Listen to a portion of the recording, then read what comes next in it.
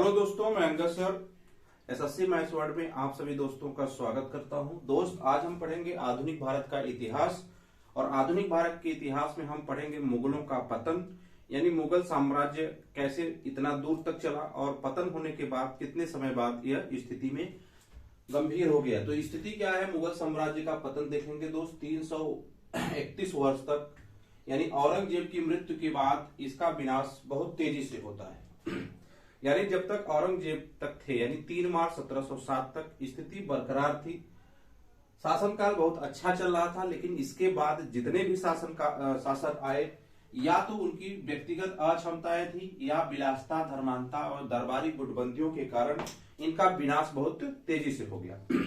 औरंगजेब के पतन का कारण क्या था? देखो, औरंगजेब की धार्मिक नीति, या पतन का कारण मतलब मुगल साम्राज्य का पतन का क्या कारण था जो औरंगजेब के थ्रू था? क्या था कि औरंगजेब की धार्मिक नीति और अदूरदर्शिता, विस्तृत साम्राज्य का अकुशल प्रबंधन। साम्राज्य तो बहुत बड़ा था, लेकिन प्रबंधन उसका अकुशल था। मराठों का उदय होना और जातीय उस समय विद्रोह बहुत हुए, इसलिए इनकी स्थिति कमजोर हुई। सांस्कृतिक पिछड़ापन तो था ही। औरंगजेब की मृत्यु 3 मार्च 1707 को हुई थी और इनका दफन इनको किया गया था शेख जैनुद्दीन के मजार के निकट। अब बात आई भाई साहब कि 3 मार्च को जब इनकी मृत्यु हो जाती है औरंगजेब की, तो साम्राज्य के बंटवारे की बात आती है। तो साम्राज्य का जब विभाजन होता है तो उस समय औरंगजेब के पहले जो पुत्रों की संख्या थी वो 5 थी, लेकिन इसमें 2 पुत्र उनकी मृत्यु हो जाते हैं और 3 पुत्र जीवित रहते हैं। जीवित में मोहम्मद आजम, मोहम्मद मुअज्जम, मोहम्मद आजम, मोहम्मद कामबख्श, ये 3 पुत्र इनके थे। अब ध्यान समझिए, मोहम्मद मुअज्जम को शाह आलम की उपाधि दी जाती है। इन्हीं का नाम बहादुर शाह प्रथम आगे आप पढ़ेंगे, इन्हीं का नाम शाह आलम भी पढ़ेंगे, और इन्हीं का नाम जो है मोहम्मद मुअज्जम भी था। ये सबसे बड़े पुत्र थे, ठीक है, मुअज्जम, मोहम्मद मुअज्जम। इनको 12 सूबा मिला था, जिसमें जमरूद में औरंगजेब की मृत्यु के समय, जब देखो कई बार पूछा जाता है औरंगजेब की मृत्यु कहां हुई थी, तो औरंगजेब की मृत्यु जमरूद में हुई थी। कहां हुई थी? जमरूद में। इनको कितना मिला था? 12 सूबा मिला था। और आजम को कौन कौन सा मिला था? दक्कन का प्रांत मिला था, गुजरात मिला था और आगरा मिला था। 3 चीजें इसकी रियासत मिली थी। इसको 12 सूबे की रियासत मिली थी और आजम को दक्कन का प्रांत, गुजरात और आगरा का रियासत मिला था, ठीक है, अहमदनगर में, और यानी अहमदनगर में। और कामबख्श जो था तीसरा लड़का था, जो हैदराबाद और बीजापुर, और इसकी रियासत क्या थी? बीजापुर। तो देखो, इसकी रियासत पता चल गई जमरूद में, इसकी अहमदनगर में, और इसकी क्या है? बीजापुर में। ये रियासतें थी।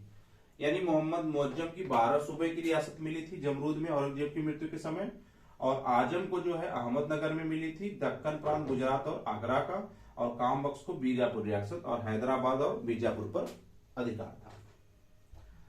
जमरूद में जब औरंगजेब की मृत्यु के समय कहा जाता है कि इसको सूचना मिलती है मोहम्मद मुअज्जम को, तो अपने बड़े पुत्र को मुइजुद्दीन को लाहौर पहुंचने का आदेश दिया। इसका एक पुत्र था जिसका नाम है मुइजुद्दीन। मुइजुद्दीन को लाहौर पहुंचने का आदेश दिया, और लाहौर के निकट अपना क्या किया? लाहौर के निकट एक पुल ए शाह स्थान है। क्या बच्चा? पुल ए शाह स्थान के बाद बहादुर शाह के नाम से अपना राज्याभिषेक करवा दिया। यानी आपसे पूछा जाता है कि लाहौर के निकट मोहम्मद मुअज्जम या शाह आलम द्वितीय या बहादुर शाह, यहीं से नाम पड़ा, इसी स्थान पर इसने अपना राज्याभिषेक करवा लिया। उधर दूसरी तरफ ये तो मुअज्जम, उधर दूसरी तरफ मोहम्मद मुअज्जम अपना जो है राज्याभिषेक अहमदनगर में करवा लेता है। देखो क्या बात है, समझिए। मोहम्मद मुअज्जम जो है, जब औरंगजेब की मृत्यु हो जाती है तो मृत्यु की सूचना के उपरांत अपने बड़े पुत्र को मुइजुद्दीन को लाहौर भेजता है, और अपना खुद लाहौर जाकर एक पुल ए शाह के निकट अपना क्या कराता है? बहादुर शाह के नाम से राज्याभिषेक करा लेता है। उसी तरीके से दूसरी तरफ मोहम्मद आजम जो था वह अहमदनगर में अपना राज्याभिषेक करवा लिया, और जब अपना अहमदनगर में राज्याभिषेक करवाया तो अपने नाम का खुतबा भी पढ़ा और वहां पर सिक्के भी डलवाए, ठीक है। और जब इतना इसने अपना राज्याभिषेक करवाया तो उसके बाद औरंगाबाद जाकर शेख बुरहानुद्दीन कि मजार पर अपनी श्रद्धा व्यक्त की। ठीक है।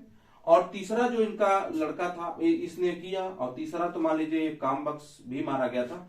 तो उसके बाद इन दोनों में एक युद्ध हुआ, किसमें मोहम्मद मुअज्जम और मोहम्मद आजम में, जजाओं का युद्ध। आगरा के समीप एक जगह स्थित है जिसका नाम है जाजौ। कहीं आप देखेंगे किसी किसी किताब में जाजौ का युद्ध, किसी किसी किताब में जजाओं का युद्ध के नाम से यह युद्ध फेमस है। ये 18 जून 1707 में हुआ।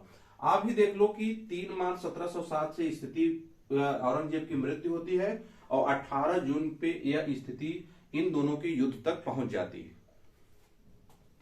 बहादुर शाह ने आजम खान को इस युद्ध में पराजित किया था। हुमायूं के मकबरे में दफन करने का आदेश भी दिया था। अब ध्यान समझना, बहादुर शाह और आजम के बीच युद्ध हुआ। युद्ध क्या होता है देखो, इसके और इसके बीच में ये हुआ कि भाई आप युद्ध मतलब जैसे भेजा नहीं जाता, दूत को भेजा गया तो कहा गया भाई युद्ध के लिए तत्काल तैयार हो जाइए। तो इसने कहा युद्ध को टालने की पूरी कोशिश की, बहादुर शाह ने युद्ध को टालने की पूरी कोशिश की, लेकिन आजम खान ने इसको कह के ठुकरा दिया।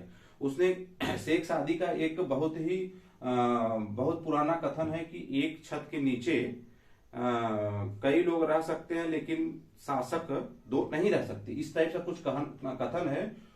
तो उसी को इसने फॉलो किया कि बहादुर शाह एक शासक है और शासक को यह बात शोभा नहीं देती है।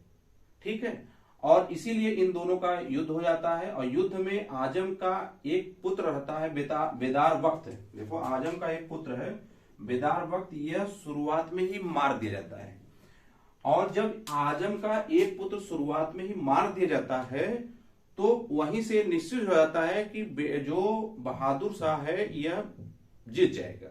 यानी भाई आजम खान का मुख्य हार यहीं पर तय हो जाता है कि ये इसको मार दिया। इसके बाद जो है आजम खान, इसके बेदार वक्त आजम खान के सर को कलम कर दिया जाता है, गर्दन कट जाती है। गर्दन को उठाकर सैनिक बहादुर शाह के समक्ष लाते हैं तो वह इसे देखकर बड़े निंदनीय तरीके से देखता है और बाद में बहुत चिल्ला कर रोता है, ऐसा लिखा गया है। बहादुर शाह बहुत रोता है, बहुत निंदा करता है। ठीक है। इसके बाद ले जाके इनको हुमायूं के मकबरे में दफन करने का आदेश दे देता है अपने सेना द्वारा कि आप जाइए, ले जाइए और हुमायूं के मकबरे में इनको दफन कर दीजिए। इसके बाद 1709 में कामबख्श भी क्या कर दिया जाता है, मार दिया जाता है।